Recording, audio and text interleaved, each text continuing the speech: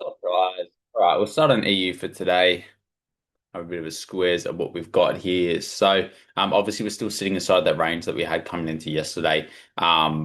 We haven't really retested this break all too much.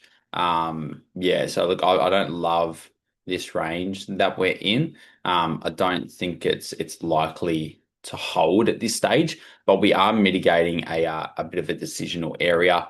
Again, I don't think it's likely to hold. It didn't really induce any liquidity or anything like that.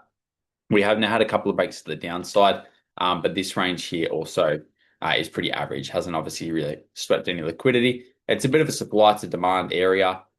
Did do a two leg out of it, so it may hold. What I'm looking for though is if we can come up, I'd like to confirm this area as a smart money trap a little bit further. Come down and induce some of the liquidity that we've got down here. So if we can work our way up here, take out this high, mitigate this decisional area, this is retest of that smaller internal break. I'm then happy to sell off from there, targeting the Asia low buyers and this area. But yeah, look, I'm not a big fan of where price is currently.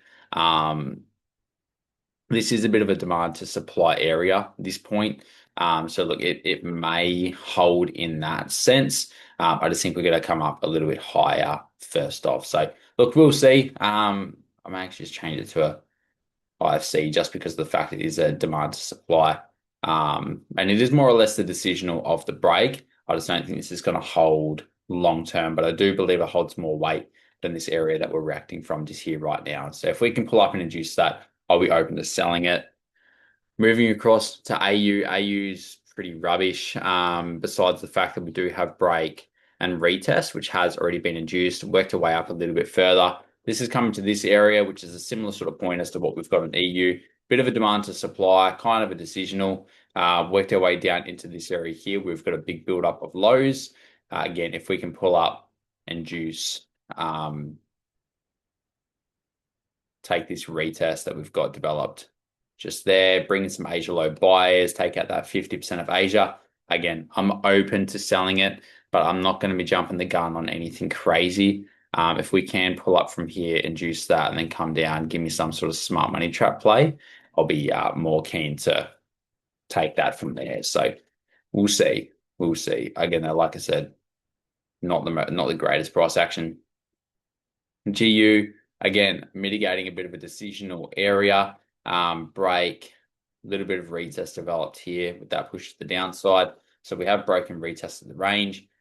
This shouldn't hold against this if we're following that structure cycle. So we'll see how that wants to develop and what that wants to do from there. If we can just pull up, sweep these equal highs here.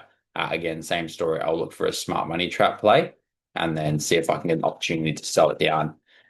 From there, obviously, we don't have a lot of buying pressure inside of here. And given the positioning of where we are in the market, it does make a lot of sense to get that sell off. We're very due for a retracement. So we'll see if it wants to allow it, see if it wants to shape up. And yeah, we'll take it from there. In terms of news for today, let's have a look at what we've got.